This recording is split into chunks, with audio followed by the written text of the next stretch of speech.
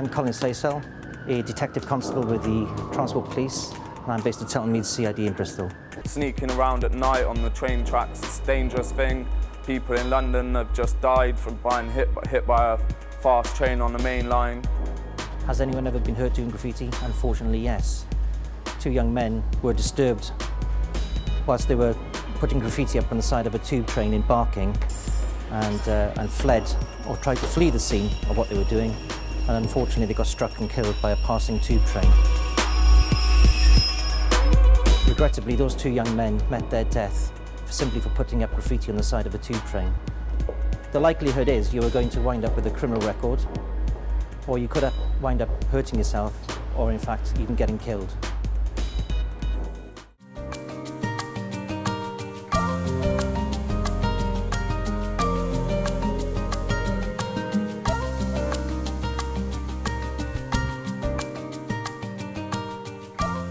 My name is Catherine Xiang, and my Chinese name is Xianghua.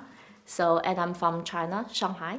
With my parents, it's Shanghainese, because I'm from Shanghai, so we have local dialect. But with friends, in general, we speak Mandarin.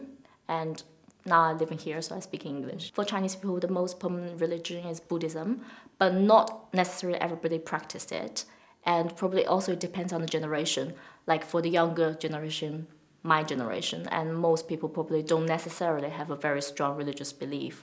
And also we have quite big Western influence recently, so Christian is growing as well in China. It's a new dawn, it's a new day.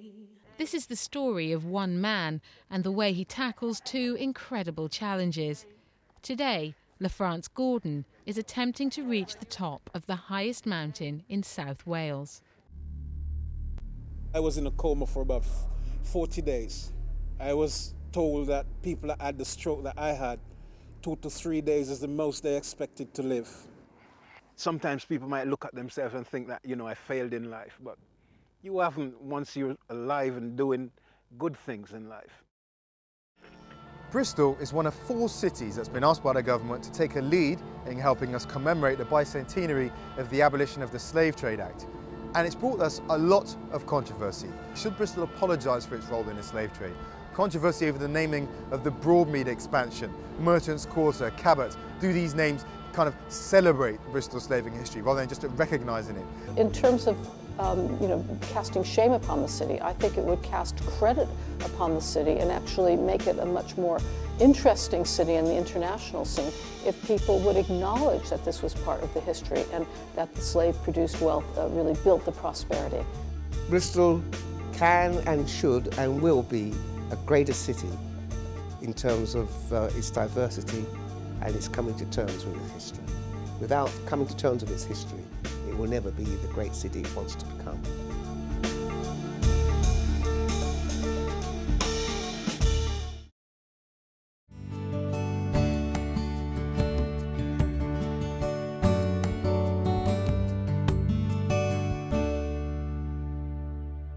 I think it's a very good idea to have a DVD made about the lives of people with learning disabilities as they grow older, because nowadays people with learning disabilities are living to a much older age, and for carers, whether they're family carers or paid carers or for professional staff, it's helpful for them to know how best to support and care for people as they get older.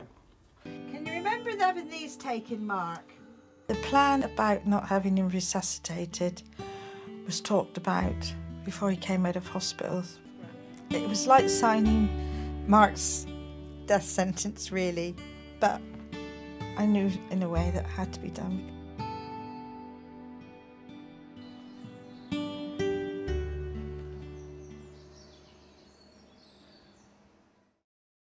I was in prison 2 years ago.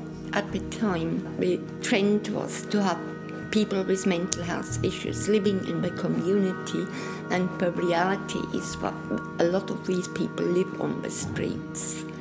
And now, you know, when you live on the streets, you are likely to have drug problems, all kinds of problems. I haven't got a willpower, and sometimes I feel worthless, and yeah, I do tend to act a big girl, and that because I hang around with all as you call it, like top dogs. It's all a front, do you know what I'm saying? Deep down, I'm at breaking point, like.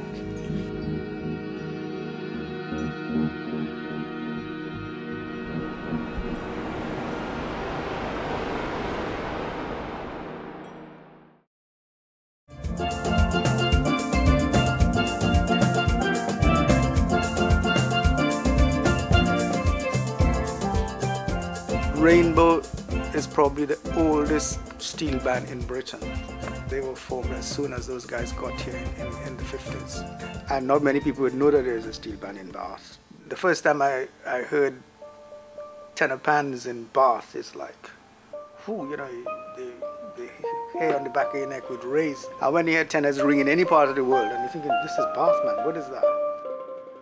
Any organization that could last for 50 years, I mean, it's something to shout about.